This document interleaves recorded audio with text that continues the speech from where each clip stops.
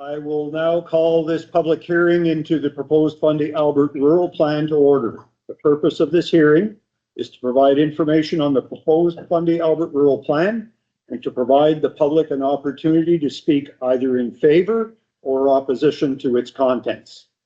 I will note that one member of council is absent from this evening's meeting. Councillor Ward Russell is out of the province and therefore unable to attend. The proposed rural plan is intended to replace the rural plans currently in place, they being the Westmoreland Albert, the Village of Alma, the Village of Riverside Albert, and the Village of Hillsborough rural plans. So I'll go over the procedures for the meeting this evening. Use my own. So we're going to go over the procedures. So residents are not required to speak or to attend the public hearing. Council will receive notes and note all written objections, which we have received a few. The procedures for the public hearing will be as follows. Following the call to order, a presentation will be given by Mr. Kurt Brewer, the planner with Plan 360. The clerk will then list any written objections or other correspondence that were received in advance of this meeting. The mayor will then open the floor for opinion statements from anyone in attendance. Only one person will be allowed to speak at one time. In the interest of time and to afford everyone the opportunity to bring forward their concerns, anyone speaking must present new information only. So try to avoid saying the same thing that the last presenter spoke about. Members of the public, when speaking, are requested to go up to the microphone at the back to state their name for the record and they're essentially where they're from in the community. Members of the public are requested to speak directly into the microphone so the recording cameras can pick up what is being said. To afford everyone the opportunity to express opinions, statements from the public will be strictly limited to 5 minutes each. The clerk will advise the speaker when they have 2 minutes left to speak. Council will then be allowed time to ask questions of the presenter for clarification. Once everyone has had an opportunity to speak, I will conclude the public hearing. Please note that no decisions will be made during this public hearing. The hearing is for information purposes only. The first reading of the proposed zoning bylaw amendment will take place at the regular council meeting following this public hearing. And that will be August 6th in 2024 in the community of Alma. A bylaw must be given 3 readings to be enacted. So before we proceed, I'll ask our Chief Administrative Officer and Clerk to identify whether any written comments or objections have been received. Presentation. Oh, the presentation first. Okay, so I'll ask Mr. Brewer to provide us the presentation. Thank you, Mr. Mayor.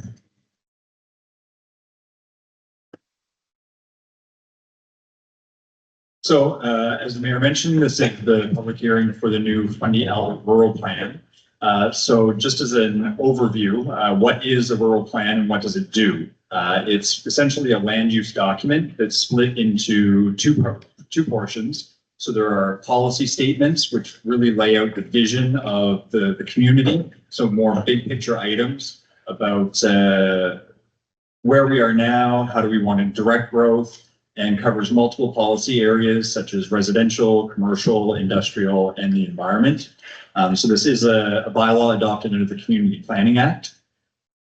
It also has zoning provisions that implement the vision. So those are really the nuts and bolts of development guidelines that regulate various development types. So that is the zoning. So where's the residential, where's the commercial, where do we allow mix, and different residential densities. So lower density versus higher density, different types of commercial uses, institutional like churches and schools, and also sets out development standards such as building heights, building locations, landscaping standards, parking standards, signs, fences.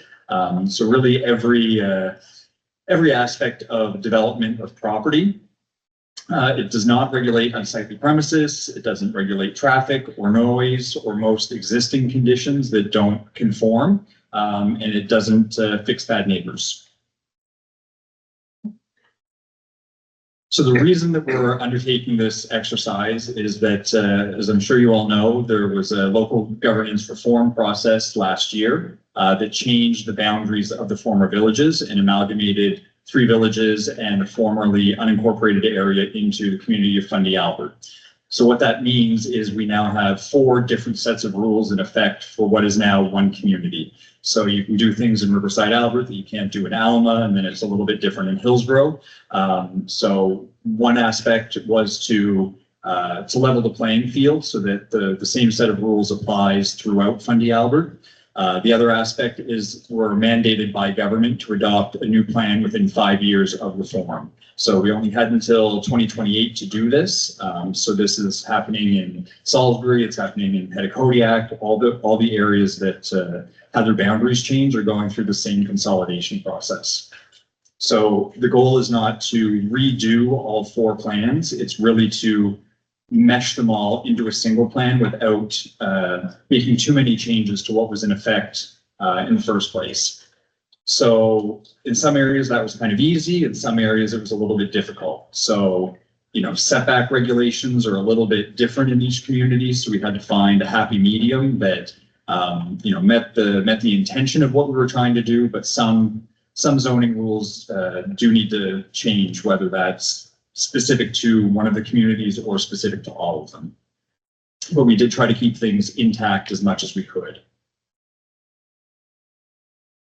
So another aspect is the province last year also adopted a new regulation called Statements of Public Interest. So that lays out 5 different policy areas that all new plans have to meet. So that is settlement patterns, which talks about the efficient use of land and infrastructure, as well as housing options. Agriculture, so we are required to identify prime agricultural land and consider setting new development back from existing agriculture. To promote climate change adaptation and consider climate change when you're looking at the location of new public infrastructure, so that if there's, you know, an area that's subject to sea level rise or flooding, that we're not building new roads or schools in those vulnerable areas, as well as natural resources like pits, extraction sites, things like that, and to prioritize environmentally sensitive areas for protection. So every new plan in the province now needs to consider these 5 things. So you'll see that all these aspects have been factored into the plan. So in general, the policy of the plan aims to promote efficient development by directing density and new growth towards established village centers. You know, one of the big concerns during government reform is that communities were going to lose their identity, that it would just get watered down. So really this plan aims to identify those 3 village centers and direct, you know, most new growth and services to those centers. To restrict new residential subdivisions in unserviced rural areas. So this, you'll still be allowed to build new houses throughout the rural area. This talks more about large scale residential subdivisions. So again, we really want to concentrate the more dense growth to the existing villages and keep densities lower out through the rural areas.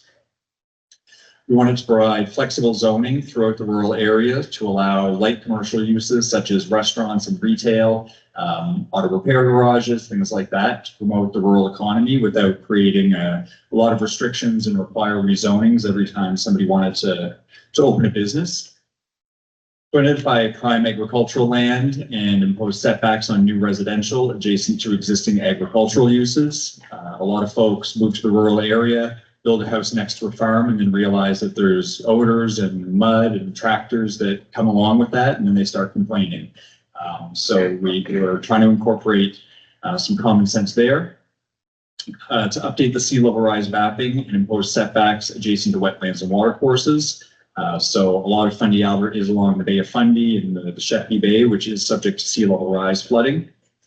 And to identify natural resources such as pits and quarries and standardize the regulation throughout the area. So some of the changes that did occur was the renaming of zones. So each of the three villages had kind of a downtown zone, but they all had different names. So it was the commercial zone in Alma, the mixed use zone in Riverside Albert, and the village center zone in Hillsborough. So that's just being renamed as the community center throughout the three former villages. The R1 zone becomes residential low density and now permits up to 2 units instead of 1 unit that used to be permitted in the old plans. And we've also enabled a new mixed density residential zone so that if we do get proposals for small apartment buildings in the right location, then those projects can be approved subject to council approval. We did have in Riverside Albert an environmental risk or conservation zone. So you can see those green lines kind of snaking up through the village. Those were mapped watercourses, and we didn't permit any development in those green areas. Problem is, we base this off provincial mapping, and it's not always accurate. So those green lines don't necessarily align with where the watercourses actually are, which was causing some problems. So we've gotten rid of the zone, but we still impose setbacks from watercourses and wetlands. That's required under the Clean Water Act. So they're not on the map, but wherever we do have other mapping that shows the location. So anything near a watercourse would need special approval within 100 feet. The Alma plan had requirements for drainage plans. The problem that came about there was that we have no engineer on staff, and neither does Fundy Albert, to actually review those plans or approve them. So we were asking for something that we weren't necessarily looking at. So my understanding is Alma is investigating a drainage master plan. So once that's in effect, we can reconsider whether or not we want a drainage plan for every new development. We're proposing a new sea level rise zone in Hillsborough. So Riverside Albert, Alma, and the formerly unincorporated area already have sea level rise mapping.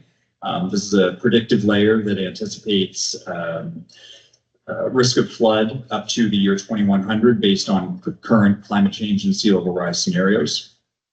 So this is just to standardize that mapping throughout the area. And we've also eliminated the parks, recreation, institutional zoning. So you see the dark green zone there was for parks, schools, churches, and things like that. Those things are now allowed in all zones. Another one is the Alma steep slope provision. This was something that was included in policy that said anything adjacent to a steep slope needed special approval and we could impose conditions, but didn't really give any kind of direction as to how close to the slope adjacent was or what conditions we should be imposing. So without any real clarification on that, it was difficult to enforce. And the service boundary, which is the areas of the former villages that have access to public sewer and water, those areas used to be mapped, but we discovered that mapping didn't actually align with the services that were in place. So there's still a requirement that if your lot is serviced by public water, public sewer, you need to connect, but we don't show where those services are on the map. We just work with the village to determine what lots are serviced and which ones aren't. So as for the different zones, there's the residential low density zone, which allows single and 2 unit residential dwellings. It allows residential care uses like seniors care facilities and things like that, as well as home businesses. The residential mixed density permits higher residential densities, but there's nothing that's pre-zoned that. Each one of those projects would have to be approved on a case-by-case basis by council. So we would do consultation with different government departments. There would be a public hearing like tonight. The community would have a say before any of those projects are approved. The residential tourism zone is an Alma specific zone that permits a mix of tourism businesses such as small hotels, motels, campgrounds, gift stores, alongside lower density residential uses. So that zone currently only exists in Alma, but other properties throughout Fundy Albert could be rezoned to that zone.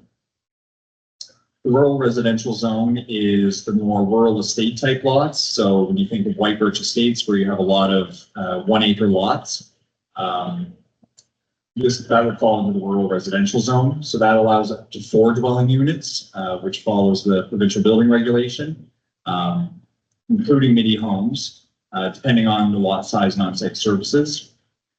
So that zone only reflects approved subdivisions. There's no new undeveloped areas that have that zone. So anytime you're proposing a large scale development area like that, you'd have to go through a rezoning process and it would be approved by council. The community center zone is kind of the downtown zone. So these are the service areas, which means that lot sizes can be a lot smaller and you can have higher densities of land use. So this is where we want to see the concentration of retails, restaurants, services, tourism uses, as well as more mixed and higher density residential uses along Route 114. So this is the most efficient way to develop and make use of public infrastructure that all your taxes are already going to pay for, and maintain those community identities. Commercial industrial zone is the commercial zoning that we find outside those community centers. Some properties are already zoned that way to reflect the existing use of the property, and any new projects would need to go through a rezoning and have to be approved by council. So these tend to be more intensive commercial uses, storage, warehousing, processing, things like that would be subject to a rezoning. The rural area zone is the default. So I would say a good 90 to 95% of Fundy Albert has a rural area zone. So this is everything outside the community centers. Permits a fairly wide range of uses, including agriculture and resources such as forestry, light commercial uses like small scale retail, restaurant, and services. So this area mostly fell in the more unincorporated areas. So when you think of a lot of stuff that was happening along Route 114 a few years ago, converting churches to boutiques or into restaurants, that's the kind of thing that we wanted to encourage. So that's those are the types of things that would be allowed for the rural area. So one thing to note is that it does not permit pits and quarries. Those fall under a separate zoning. So forestry activity would be permitted, but not extraction uses. The agricultural zone, so agriculture is permitted in the rural area zone, but we did also want to identify lands that are actively being farmed. So anything that's registered under the Farmland Identification Program, which is a tax program under the Department of Agriculture, or anything that's assessed as farmland by Service New Brunswick was zoned as agriculture. So that was really to demonstrate those prime agricultural areas and also to impose setbacks on adjacent properties. So currently, the Department of Agriculture requires that a lot of new farm buildings have to be set back a certain distance from adjacent houses. So if you're doing a livestock pen, a new barn or anything like that, you need to adapt to the house next to you, but the house doesn't have to adapt to the farm. So any new house being built next to an active farm needs to be about 50 feet back from the property line, which is not enough to make any smells or sounds go away, but at least it's a mechanism for us to say, you know, you can have a permit, but be aware that there is an active farm next door and they were there first. The resource development zone is essentially the pit zone. So these are the resource extraction areas. So we did a lot of work when we were adopting the Westmoreland Albert Plan. Thank you. Yeah, so we consulted with a lot of pit owners to make sure that their properties were zoned correctly during that process. So those are going to continue to be mapped. There's no changes there. Any new pits would have to go through a rezoning process. There's a public hearing, the neighbors are notified, and it would be council that would have to approve those. The intensive resource development zone is really the most intensive land uses that should not be pre-zoned anywhere and have to go through a rezoning to make sure that they're away from residential uses and agricultural uses. So quarries, which are extraction sites that have blasting involved. So not just a gravel pit or a sand pit, but actual like a gypsum quarry or a rock quarry. Salvage yards, landfills, and industrial scale abattoirs. So what I mean by that is if you're a farmer and you're slaughtering your own animals on site, that's permitted in the agricultural zone. If you want to open an abattoir or a slaughterhouse where you're bringing animals in specifically to be slaughtered and then redistributed, that would have to go into this zone. That's not allowed as a standalone use in any other zone. There are also some protection zones. So the conservation zone identifies all lands held by conservation groups. So things like Nature Conservancy, Ducks Unlimited, to ensure that we're aware of where those conservation areas are. So that if we do ever get a rezoning request or a development proposal that may compromise that conservation zone, that's taken into account. So this isn't all wetlands and watercourses. It really is only those lands held by conservation groups. There's several well fields throughout the area. So we did include a water protection zone that maps out the location of those well fields. So that just helps us identify their location and make sure that we're consulting with Department of Environment to make sure that any use allowed under the zoning or the rural plan is also allowed under the Clean Water Act. So the closer you are to the water source, the more restrictive it gets. So that's the purpose of that zone. And the sea level rise zone is an overlay. So if you've got a residential zone, the sea level rise zone is a second zone on the property. So you can still develop a residential project, but there are certain adaptation measures. So we want to make sure that the living space of the house is above any kind of future flood level. So it still permits development, but it needs to be adapted to the effects of climate change. So, I mean, most of the properties throughout Fundy Albert that are in this zone tend to be in marshlands that aren't really great development zones anyway. Yeah, so this is a zone that we apply throughout Southeast New Brunswick. Got the dwelling group zone. So generally, you're only allowed to have one house per lot.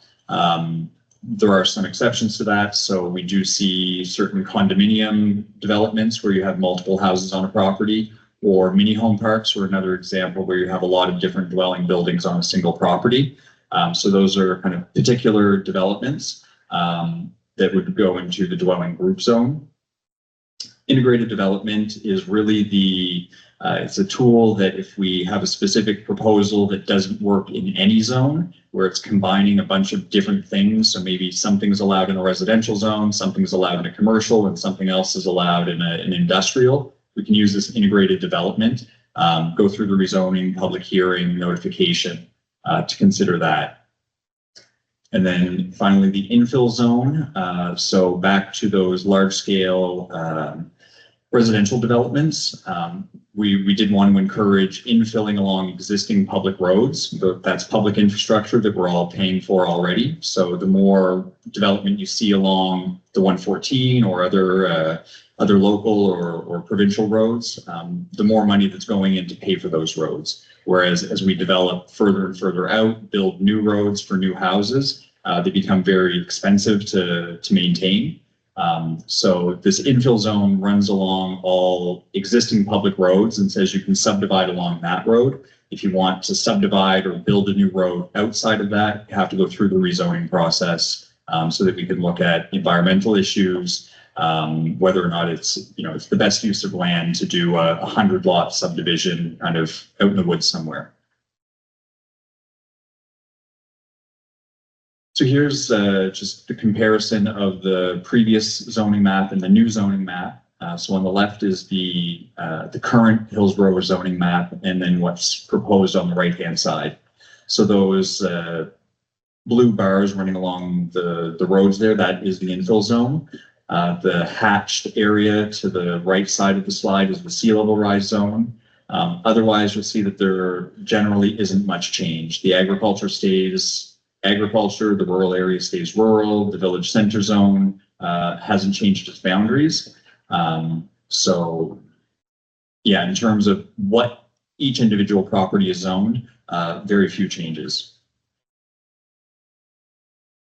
Again, the Riverside Albert, so you'll see that that environmental conservation zone along the watercourses has disappeared, but those setbacks still do apply.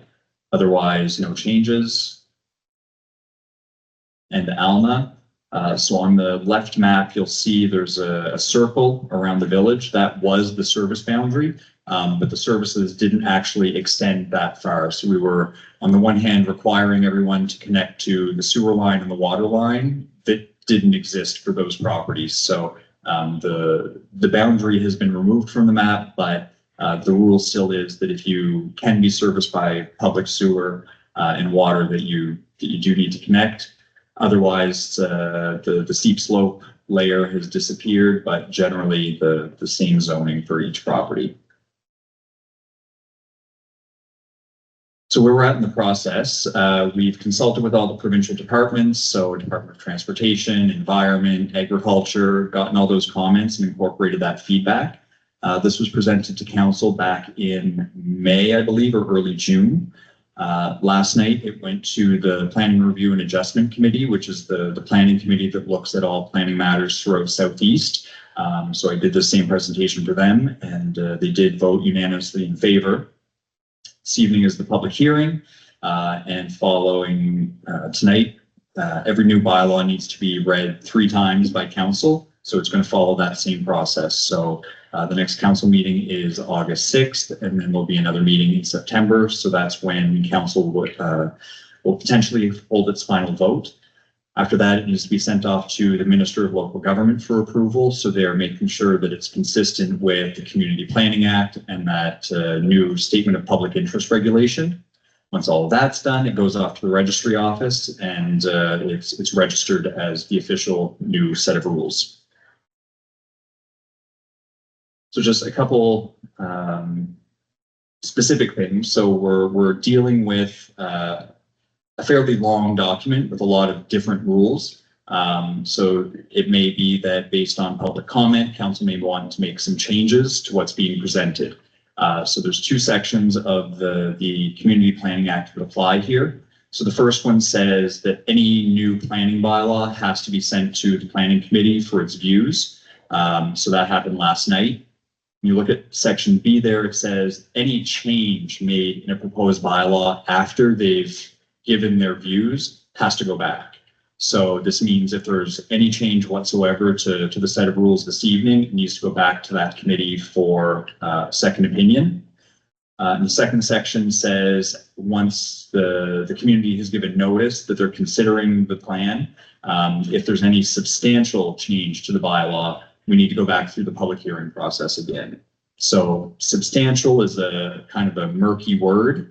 But it will really come down to the types of changes that council is considering, whether or not we need to go through the public hearing process again. But any change does need to go back to the committee. So that concludes my presentation. Thank you, Mr. Brewer. So the next part of the process would be to look at any written type of objections or comments that we receive. So I'll turn it over to our clerk, who can essentially provide the number and the number of pieces of correspondence that we receive, and also the general nature of what they are. Thank you. So we've received 6 written comments in advance of this meeting tonight. Megan Kopp was writing in favor of the rural plan. She said the new zones, such as community center, residential tourism, and residential low density, were refreshing.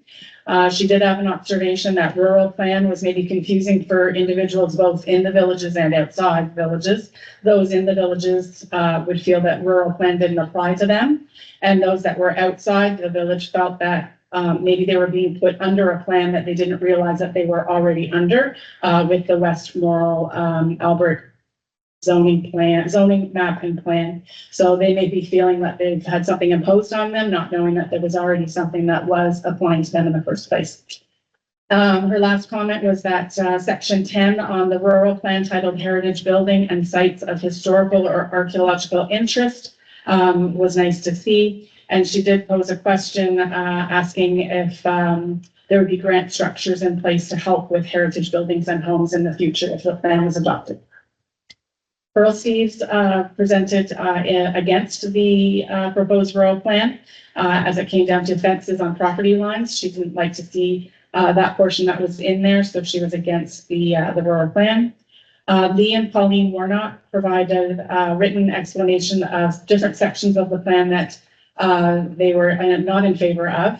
At the very least, they expected to see minimum standards that existed in the Alma rural plan that would have been brought forward into this new Fundy Albert rural plan. So section 4.1.1 on residential low density, they were asking for a change of language that was more consistent with the Alma rural plan.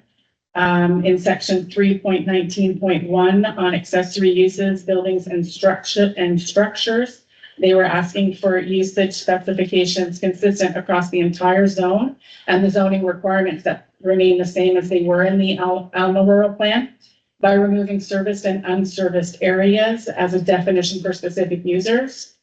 They also had some concerns over the setbacks in that section.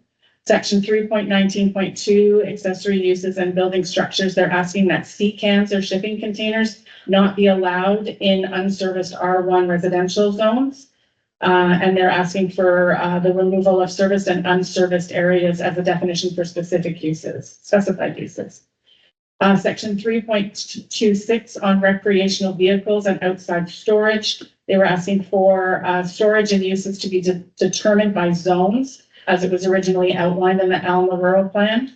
And as well that a definition changed when it came to other than the recreational use of a vehicle in a campground, other than in a campground. And section 3.5 on signs, they were asking for a definition change again that highway signs not be allowed in unserviced R1 residential zones, and that there's some more consistency across the entire zone, and where it came to shipping containers. Gary Hothy of Alma also wrote in support of Mr. and Mrs. Warnock's comments and considerations, as did Mr. Ken Kelly in support of the previous comments, again, making reference to shipping containers, and wanted to see the amendment to the rural plan that could better reflect the reality of the subdivision that they lived in, which would be Chignecto Estates. And Sean Blewett provided a comment asking to speak at the meeting this evening. So I'm going to let you get up and speak. Not yet, Mr. Blewett, but. That's the last of the comments. Yeah. Mr. Brewer, I don't know if you wanted to speak to any of the issues that were raised or rather just wait until later. Yeah, we can let everybody speak. Okay. Get back. All right, perfect. So as the clerk pointed out, we will now go into the public comments and statements portion of this public hearing. So Mr. Blewett, your name was raised. So anyone wishing to speak, I would ask you to go to the back of the room and speak into the microphone so that everything can be recorded. So thank you very much. And just state your name and for the record, what area of the community that you live in. And you've got 5 minutes. Thank you. Right on. Sean Blewett from Waterside, here representing the Chipney Community Revitalization Committee and the CTRC. We run Chase Ace and do some fundraising with the new bridge back in Lumsden. Anyways, we now have possession of the old bank, corner 915 and 114. And we're in the midst of trying to move the lighthouse back to that location. And we want to make sure that the new zoning doesn't affect we end up doing and using. And the past uses of the bank have been as a restaurant, as a museum. In the future, it may be that used again that way. Plus, it's office space, maybe retail space, we're not sure. Presently, it's zoned as mixed use, which would be the new CC, I believe. So the CCRC just wants to make sure you guys are aware of what's going on with us and what we plan in the future. Also, in regards to the lighthouse, it's only 256 square feet. It's pretty small, 16 by 16. And it's unoccupied space. It's just going to be a structure to look at. It's not going to be, we don't plan on using it for any vendors or anything like that. And we're just want to make sure about setbacks that are going to affect us from the road. We're limited on our space and waterway right beside us, creek. And we're trying to revitalize the 915, 114 intersection as a community center. So that's a whole working on that area. So I think that's about it. Just a quick run through. Thank you very much, Mr. Blewett. If you would just like to maybe have a seat, I don't know if Mr. Brewer, you want to respond as these comments are made or just he's making notes. So thank you very much. Anyone else wish to speak? If you do, please go to the back of the room and state your name and where you're from. By all means, this is what this is for, is to hear from you.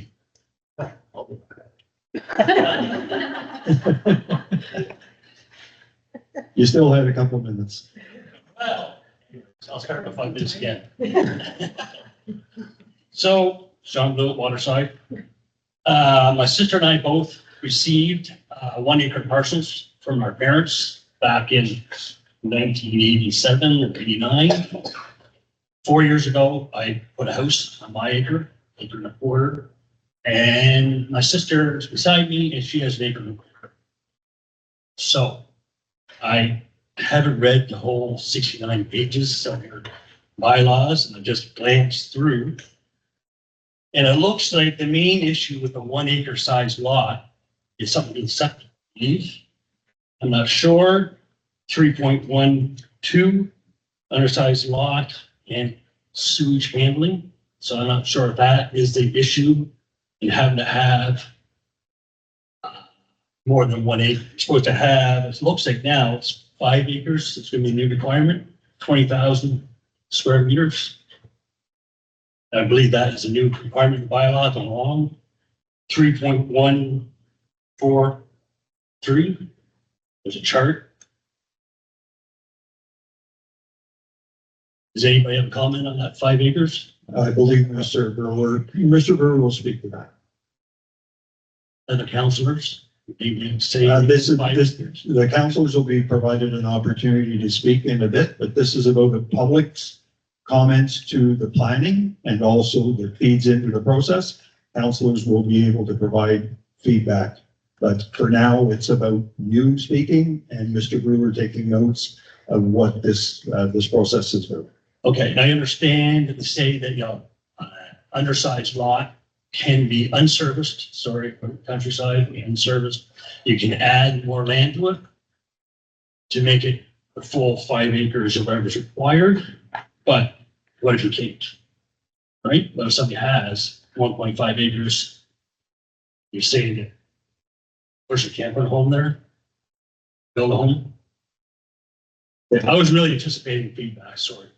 I was expecting that. Yeah, there will be, but Mr. Brewer will respond to the question, and if there's any back and forth that needs to happen, then that can happen at that time. Okay, like I said, I haven't read the whole thing, so I have no idea. There's a whole bunch of information here. Okay, thank you. Anyone else wish to speak? Mr. Sidhu.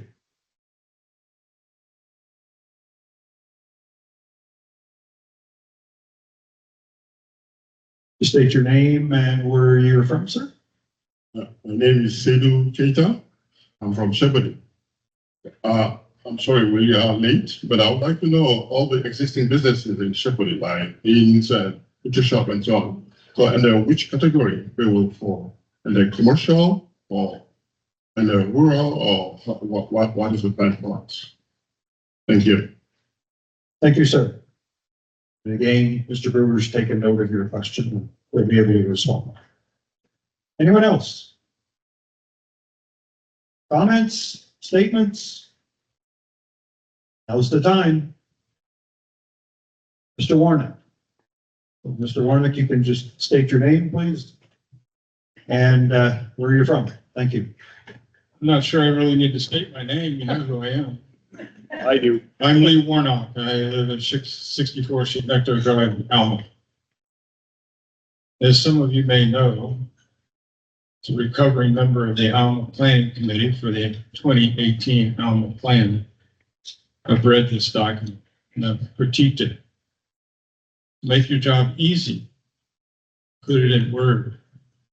Put on track changes so that you could accept what I suggested that you might want to consider. Kurt, you have maintained the RT zone in Alma. We really would appreciate it if you would retain the R1 zone. There's only a few homes in that area, but we fought long and hard to get the trailers and the sea cans out of the residential area because as a tourist destination, it tended to trash up the neighborhood.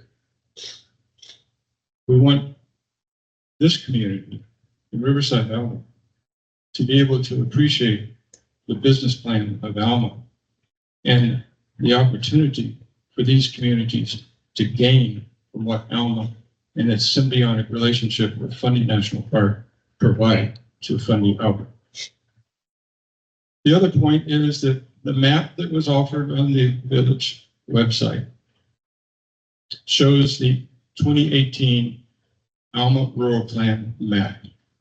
It shows that the R1 has been retained, and yet the alarm bells went off when we saw that there was a residential low density zone, suggesting that something was going to change.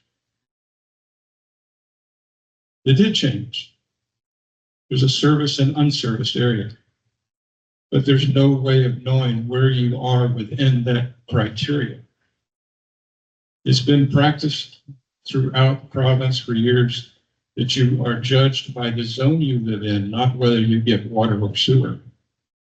We'd like for you to stay with the zone, dispense with the designation of whether you're in a serviced or unserviced area. That designation is going to create problems for you that I don't think you want. The R1 zone was specifically a draw for us. When we settled in 2012, after buying the lot in 2001, we knew exactly where we wanted to make our forever home. We do not want to see it, shall we say, devalued. Because that runs counter, Bob, to your business plan. Your village revenue comes from higher end properties that give you the best bang for the buck. And based upon the looky-loos, the drive up Upper Chignecto Drive almost every day, several times a day, there's a lot of people that like what they see. We understand there's a time for consolidation. We embrace that, not fighting one bit of it. We are suggesting that you retain things because in the future, we believe that it'll serve Fundy Albert best. Any questions for me?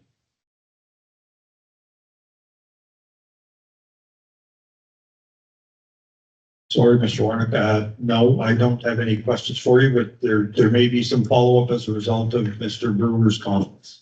So the map that you have on your website does not show a legend. Does not show the service boundaries. What are we to believe? Again, I'll leave that to Mr. Brewer to respond, but I believe one of the reasons why they removed the service boundaries was because they were creating problems for the planning commission, believing that lots were serviced because of the former serviceable boundaries. And so they took those away so that I believe, and I'll let Mr. Brewer speak to that when he speaks, but I believe the idea being is if you have the opportunity to connect to water and sewer, then you have to connect to water and sewer. We'll address that on another occasion. However, the boundaries may have been drawn some people may say that we're drawing an error, but the chart that is in the Fundy Albert Rural Plan shows that service lots are either water and sewer or sewer. We found a few errors when we were on the planning committee. We asked those to be corrected. Tracy Wade did not correct those. In general speaking, up on School Hill, those lots are serviced by sewer, because Alan Straightmore put it in, but there's no water. The point being, if there's a belief that there's errors in that designation of the serviceable boundary, then it should be corrected and put on the map, not thrown out with the baby in the bathwater. That designation does not serve you well when you've got a zone that is single family housing, and you're going to say that in my area, which is unserviced, can now have sea cans, trailers, and other things. It'll degrade the neighborhood. I think that the map that the village council has put on the website is an error. And I would ask that the village council consider fixing that map, allowing everybody in the community to have a look at it before you make any readings or final decisions on this plan. So I'm assuming if you're referring to a map that's on the village website, would that be the one that's in the Fundy Albert Rural Plan? Or is it a totally different map? So the map on the map that was on the announcement page, is that what you're talking about? The links at the bottom where we link to the rural plan and the proposed rural plan and the proposed zoning map? That's correct. So I made an error, or it was an error was made when our site was redone, and that was the old map that was posted. I have posted the new one this afternoon. So the new map, new proposed map is what's the link on that bottom now. Are you saying that's the one that doesn't have a legend? I don't know about that map, Yes. but I can tell you this, that you've got to give the community an opportunity to see whatever new map you put on there before you make any final decisions. To be fair, you wouldn't want it if it affected you.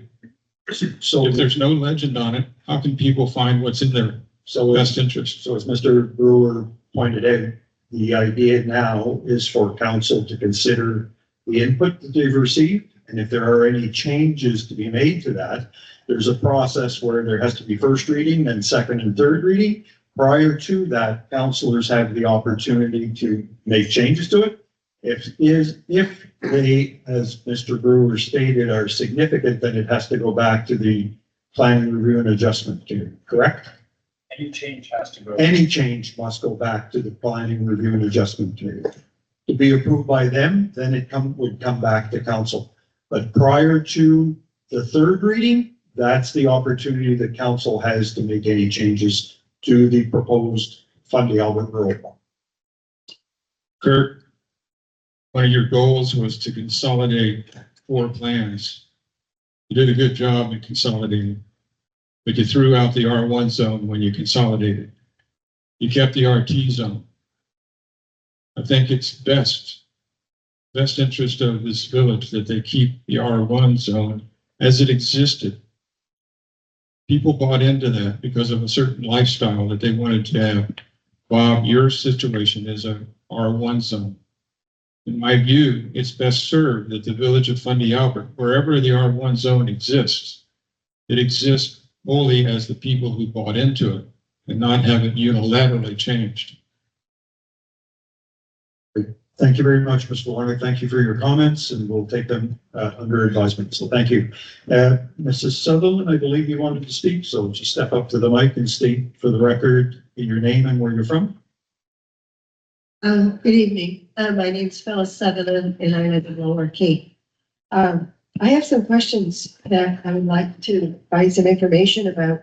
First of all, I want to tell you that when I read the plan, I was really pleased to see the reference to climate change and sea level rising and those issues that are occurring now. I'm sure in Alberta, they're probably wishing they hadn't burned those old oil sands, and because of all the wildfires and the direct relationship between climate change, oil sands, and whatever. So to see the referrals here to climate change is reassuring. especially since we have so much, water areas.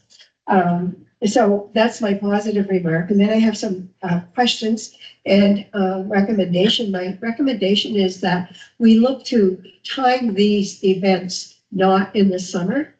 For me, it was very difficult to get ready and study the plan and then to come at this time. And then there are other people who are away on vacation, that type of thing. And I heard some comments. So that would be really great if we could do this other than July and August.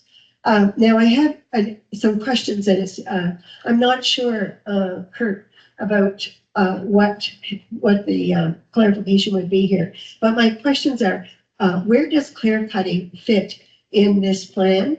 I have had some personal damage from clear cutting, and I also have had some cooperative efforts with some of the companies to minimize the damage of clear cutting, because clear cutting is not illegal. So I guess while we're waiting for it to be made illegal, we can talk about minimizing the damage. And where would that a guideline for minimizing the damage? And this damage occurs to our roads and our tax-funded areas, as well as the personal areas. I can give you all sorts of details, but I won't share them here now because I'm an expert. I've had a lot of experience. Anyway, so where does that fit in a rural plan? And I know that the Department of Natural Resources and the Clean Water Act play a role, but when you look at overflows because of rainwaters after a clear cut and the flooding that occurs, and where you have to replace culverts and all that. Okay, that's one question. The other question that I have is, where would the control of visitor damage in terms of our tourism industry fit in the rural plan? And countries have been dealing with, all over the world, have been dealing with some of the issues that are becoming difficult in our area, and one would be overnight parking. And then the fourth one, but the final one is, what about the care of our hidden places, or our beautiful spots? And I'm thinking about Dennis's Beach. I know that's Crown Land, but they're not caring for it. And Waterside Beach, Crooked Creek in some areas, in Memel, there are spots. And we have tour people, businesses who are bringing people to here and taking them on tours. And they don't live here, but they're bringing people and taking them on tours on private properties. Perhaps, and probably they do get permission from the owners, but it is something. And where does that fit in the rural plan? And that's it. Thank you very much. I think this is great opportunity. Thank you very much, Mr. Sutherland. Anyone else wish to speak? Oh, sorry, just a second. Sorry, my notes are getting long here and I don't want to lose track. So maybe what's best is I can answer the questions that have been asked so far, and then we can go one by one, just so I don't lose my train of thought. Sure. So Mr. Blewett, for your bank property in the CC zone, the zoning there would not change. It would still allow all the types of things you were talking about: restaurants, retail, office space, and probably even residential. Yeah, so retail, restaurant, microbrewery, office use, institutional, recreation, service shop, residential tourism, hotel, motel, cabin cluster, shared housing, single unit, semi-detached, duplex, townhouses. So you've got a pretty wide range of stuff there. From what I understand, the lighthouse is more of a decorative feature and not going to be used as any kind of main building. So we would just consider it an accessory building that wouldn't be allowed in the front yard, and then would need to be a meter from the side or rear. So, Yeah, we don't know exactly when you're placing it yet. We just want to make sure. yeah, whenever you get an idea, just give us a call and we can work through those details. With respect to the questions around 1 acre and 5 acre lots, this was a big point of confusion when we were adopting the Westmoreland Albert plan. If you're on an existing road, the 1 acre rule applies. So if you already have road frontage, 54 meters of width, 1 acre. So nobody's becoming non-conforming or undersized or anything like that. The 5 acres kicks in when we get back to that infill zone. So if you're developing outside that 75-meter buffer along a road, so if you're building new public roads, that's when the 5 acres kicks in, unless you come to council for a rezoning to consider 1 acre lots on new roads. Sorry, what was it, 54 meters? That's the standard lot width. So 54 meters wide and an acre, which is usually 38 plus deep. Thank you. Mr. Seydoux, you're actually my mother's neighbor in Salisbury. She lives across the street from you. How are properties in Sheppey zoned? I can't answer that. We do have an interactive map that the clerk will share as well. So you just need to find your property, click on it, and it'll give you the zoning. And then if you have any questions about that, feel free to give us a call. Anything existing is existing and can continue operating. We did try to capture all existing commercial uses and make sure they were zoned appropriately. The good thing is, even if you do end up with a rural area zone, that still allows a fairly wide range of commercial activities. So yeah, it's really more intensive things that would need a commercial zone, but you should be good in most situations under the rural area. But if you need help finding that map or understanding it, give me a call. How do I get your contact? I think I have cards, and if not, the clerk can certainly share it. Mr. Warnock, so I guess the R1 versus residential low density zone, the major change there is that it now allows 2-unit dwellings. And for the most part, through most of the area, with the exception of your end of Chignecto Drive, those residential low density zones are within serviced areas. So you're kind of, your situation is a bit of an anomaly, where the residential low density and residential tourism zones aren't fully serviced. But for the most part, that low density zone is within serviced areas in the former villages. Actually, only in Hillsborough, Riverside Albert only has a mixed use zone based on level of service. So anything that's serviced is mixed use, anything unserviced is rural. And in Hillsborough, the residential low density zone follows the sewer and water lines. So I do understand the concern about defaulting to serviced versus unserviced. I guess the major reason we did that was in terms of density. The higher level of service you have on a lot, the smaller the lot can be, which tends to mean you're in the village center. Once you're unserviced, you're required to have a minimum 1 acre. So it does kind of, that service level does change the character of each neighborhood. So I guess that's kind of the rationale behind why we went with that approach. So if that's something that council was considering changes to, then we would be back into those additional steps in the process. So I'm not sure if that answers your question. It seems to me like you could have a carve out for that unusual circumstance that we're in. I mean, the carve out relates to 5 to 10 lots, I want to say. So and again, most of Chignecto is developed and inhabited already, so. I disagree with you on Okay.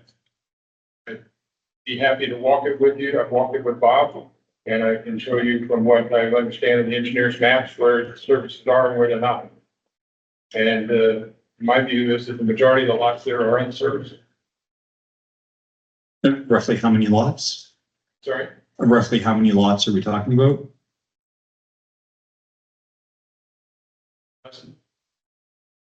Okay. 16.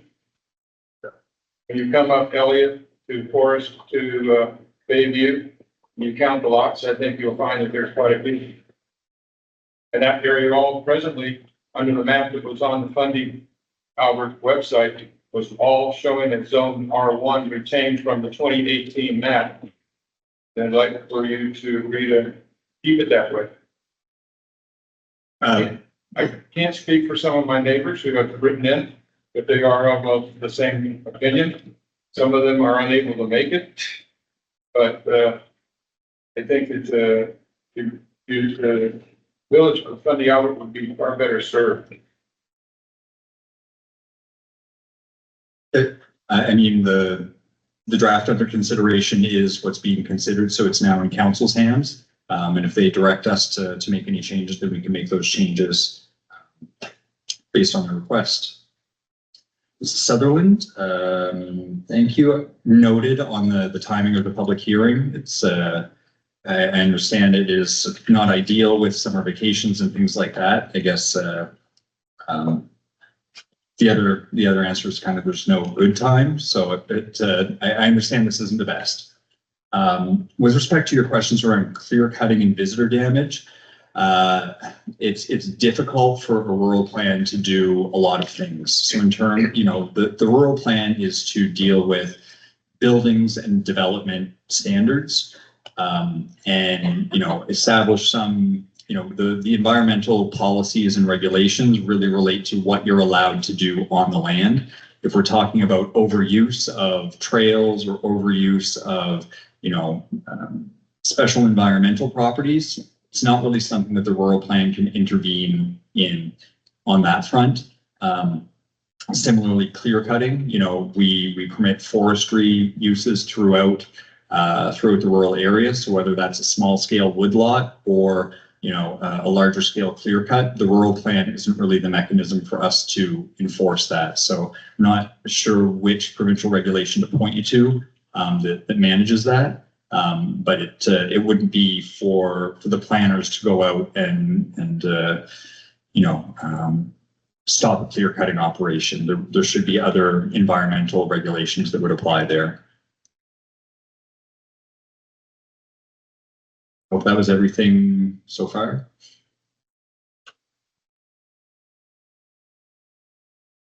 I believe Mrs. Sutherland also had a question around the tourism-related concerns that she has with folks essentially overnighting in uncontrolled areas such as provincial properties, crown land, and so on, which I suspect is not under the purview of a planning or rural planning.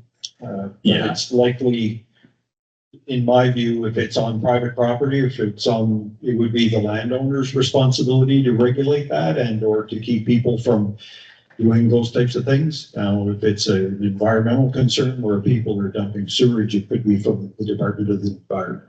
Yeah. All right. Thank you very much, Mr. Brewer. I think, so now we're going to go on to our next speaker. So thank you for being patient, sir. Please just walk up to the mic. Oh, was it? Hey, I believe that's Mrs. Tremblay. Just walk up to the microphone, please. Identify yourself and you resign. All right, so my name's Katya Tremblay. I live here in the village of Hillsborough. I have a question more for council than you, Kirk.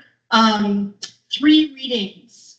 I just want to know, can these readings be done in one meeting? I know you guys had mentioned August 6th and one in September. If we're just looking at 2 more meetings for the reading, when was the first reading technically done? So I can speak to that. Typically, we cannot do more than 2 readings in one sitting of council. So the first reading would likely be at the August 6th meeting, which will be in the community of Alma. Then there's an opportunity for folks, there has to be a certain period between the readings. And then a second and third reading can take place at the same time, but it would not happen. It has to be 1 month apart. So the next one would be at the next public meeting, and during that time, the draft of the rural plan would have to be, and the bylaw would have to be available to the public for review at the office and be posted online as well. Does that answer your question? It does, thank you. Anyone else?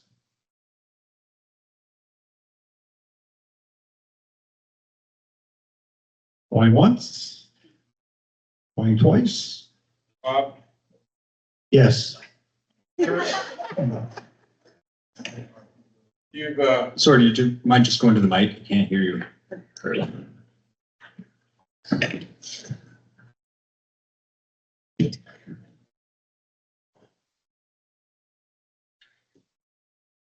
You've managed to officiate a shotgun wedding between 4 rural plans. Thank you.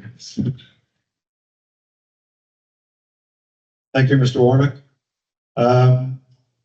So right now, there's an opportunity for, oh, sorry, I believe you said that you wanted to speak, sir. Just identify yourself and where you're from. Hi, my name's Alistair McFarland. I live here in the town of Hillsborough, village of Hillsborough. And I just wanted clarification for the shipping containers on R1. Was that specifically allowed on unserviced but not on service lot, or was it permissible on both? I believe.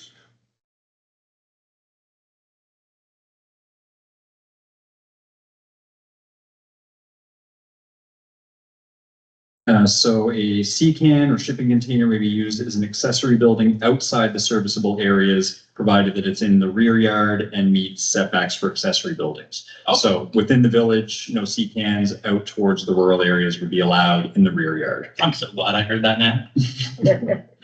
I would actually like to speak in favor of C-cans because I think they're very efficient, repurposed kind of outbuildings. And they're really good, especially for for things like repair shops.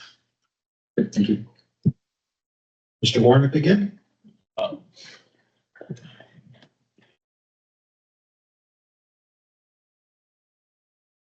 Kurt, you just said a very interesting thing. You said they're not allowed in the village, but they're allowed outside of the village. I think if you apply that to Alma, it'd be greatly appreciated. Again, noted, we are talking about kind of if council is talking about restructuring the kind of the framework of the plan to accommodate the dozen or so lots in Alma, then we are going back through the process again. So certainly can be considered by council, but would be 2 more meetings. It'd be valuable to the village of Fundy Albert. Thank you very much, Mr. Warnick. So the next portion of the meeting is to see if there are any questions of Mr. Brewer from members of council. So I'll start with Councillor Land. Thank you, Kurt, for coming. I don't have any questions. I did get clarified in the 5 acres, which I was concerned about. I did read the plan, but that's clarified, so thank you. Thank you for the presentation and thank you for everybody coming out. I know our CAO clerk had provided us with some information later today, so I think we've got lots of reading to do and considerations to make now. Thank you. Like Councilor Land, I was concerned about the 5 acres as well, so I appreciate that being clarified. And like Councilor Elrican just mentioned, we're going to go back and take another look at things. There's some concerns, and we got to listen to the people that live here. And Mr. Warnock, I really appreciate everything that you said. I always set up and take notice when you're speaking. It's well thought out. It's not fired from your shoulder. It's just there's a lot of thought put in it. So thank you. Councillor Arrow? Deputy Mayor, I guess. Either, thank you. I have a number of things to say, actually, and maybe some questions. You saw on the presentation that council had already had an opportunity to see an earlier, almost the same draft as what has been allowed for you to be seeing on the website. There's a number of things that I think we would want to alert you to, because we ourselves debated this, and what you find in the plan, I think you want to go pay attention to.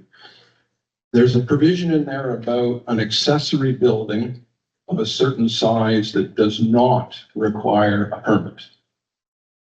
And we debated the different plans we had, the 4 plans that we're consolidating. We're not consistent on this point. And we've arrived at a set number here for all of Fundy Albert. And I would suggest, if that's something that you're interested in, you go and have a look at it.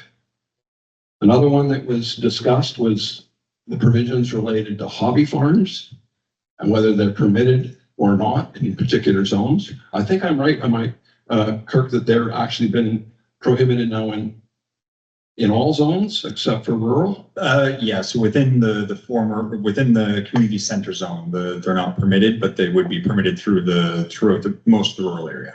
Right, okay. And another one that we discussed among council was the parking of an RV on basically land, semi-permanently. And that's another area that if that's something that you're interested in, I think you should go pay attention to. Kirk did mention some things that were removed from the Alma plan that personally I think is misguided to remove. I said it before, I still hold that to be true. One was the removal of a requirement for a drainage plan for any development. And the logic that the Plan 360 is using is they had no mechanism to assess these drainage plans.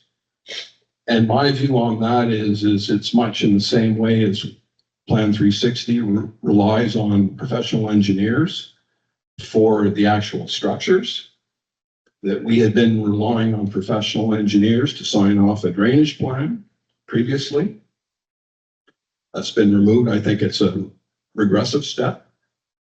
Another one that was removed was the steep slope provisions that existed in the plan. Those no longer exist there. And I'm particularly concerned about this. I understand it's difficult to know, when is a slope steep or not. It was indicated and mapped on the plan, but we have recent development on the top of an eroding cliff. We have experience in the province of dwellings on the top of eroding cliffs that end up actually half falling in or totally falling into the sea. It's a mess. And I do not want to see this happen in Alma. I can see it. I can imagine it happening. And I think we should be doing something to address this instead of just removing it. So I remain of that view. Now, one thing I hadn't noticed before until very recently, and Mr. Warnock, Mr. and Mrs. Warnock helped me see a problem that I think we have a fundamental problem with the rural plan now. In the sense that there are a number of provisions in the plan that use whether the property is serviced or not as defining whether you're allowed to do something or not. A good example is 3.19.2 in the plan to do with sea cans. This was referred to a little bit earlier. And what it says there actually is in an unserviced area, it's allowed. So where Kirk just talked about that in a village, it's not allowed, but outside of the village, in most of the zones there, it would be. That's not actually what the plan says. What it's saying, correct me if I'm wrong, Kirk, if you see it differently, and Alma is a very good example, and the community that the Warnocks live is a very good example.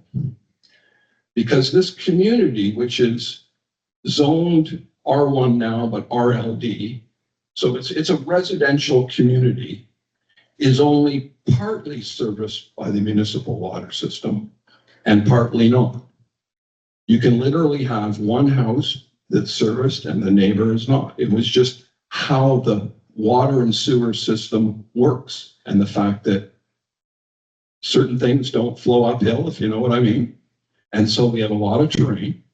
But so what we have all of a sudden, the way that the plan's been crafted, is things like billboard signs or sea cans, whether they're allowed or not. Instead of saying you're not allowed to do this in a particular zone, it's saying you're not allowed to do it if it's serviced or not serviced. Am I right there? And I think this is a fundamental flaw. And what's linked to this flaw is that the boundary between what's serviced and not is not on the map. It used to be. It is actually, I believe, today, but on the maps that we have available to us now, there are no boundaries indicated. So someone who's reading the plan and trying to figure out if they're allowed to CCAN or not, you actually don't really know from the map. You would if you were a property owner and knew if you were serviced or not, whether something's allowed or not, but someone looking at the map can't tell. Now, there's a provision, this is the last one. There's a provision in the plan, one of the policies that I found that I'm looking for clarification, actually. Just trying to find it here. Pardon me. Here we go. It's in 11.4C. And it says, it is proposed that service area boundaries be established in the zoning maps for the communities of Alma, Riverside, Albert, and Hillsborough.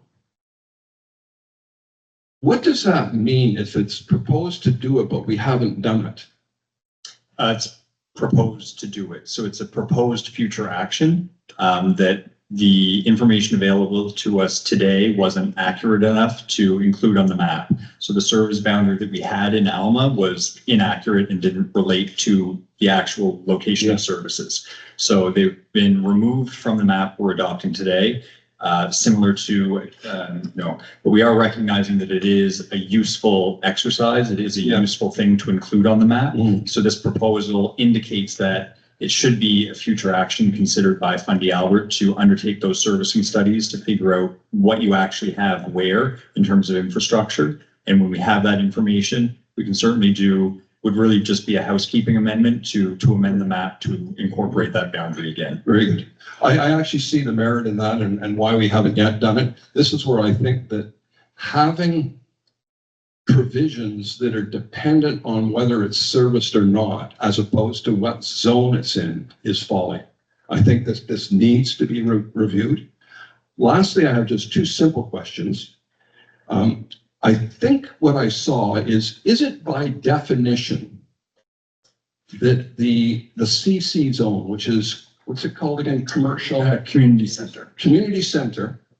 Is it by definition a service area then, by definition? It would be, yes. Yeah. Okay. And then lastly, on the RLD, it allows a single family dwelling or what's the technical term? Is it a double or? Would be either a 2-unit or a semi-detached. So in that case, a 2-unit would be like a duplex where there's a single owner renting out each side. And a semi-detached is subdivided along a common property line. Right, so it's not two separate single family dwellings No, though? it's 2 units within one building. Thank you. And so I guess an additional clarification that you didn't ask, a 2-unit dwelling where it's 2 units under the same roof, but owned by a single property owner would be permitted on an unserviced lot. To subdivide, you need both services. So that semi-detached, if you're proposing to subdivide, you have to be on water and sewer. Thank you.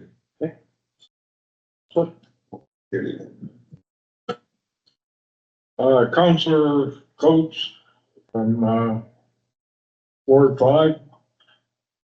Kurt, I mentioned this many times to you, and I don't wanna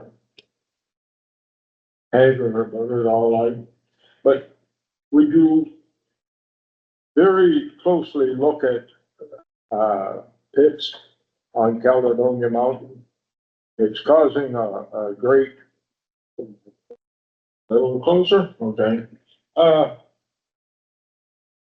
Traffic right now is the heavy traffic with, heavy trucks. I believe now they've turned around and the DTI has shut off drive, Osborne Corner and 910. So they've only got one way to go, is over, Caledonia Mountain, and not 114. And it's really causing some commotion, okay? So do I understand that on a application for a pit, does that come to council or do you just approve it? If it's a new pit that's not properly zoned, it would have to come to council. Thank you. And thank you, audience.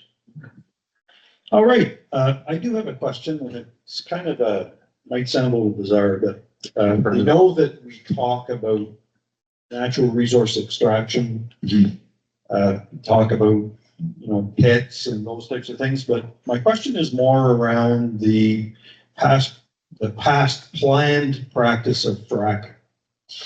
And so what type of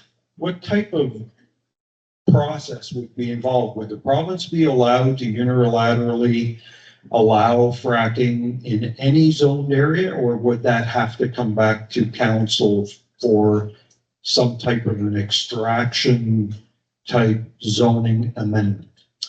So generally, the rural plan deals with what happens on the surface of the property. Fracking, I'm not sure if that falls under the Mining Act or what exactly, but yeah, so if you're digging from the top down or blasting from the top down, that's something we can deal with. If you're doing stuff underground, it falls outside the purview of the rural plan. So that falls into a different political process that I'm not really sure what that looks like.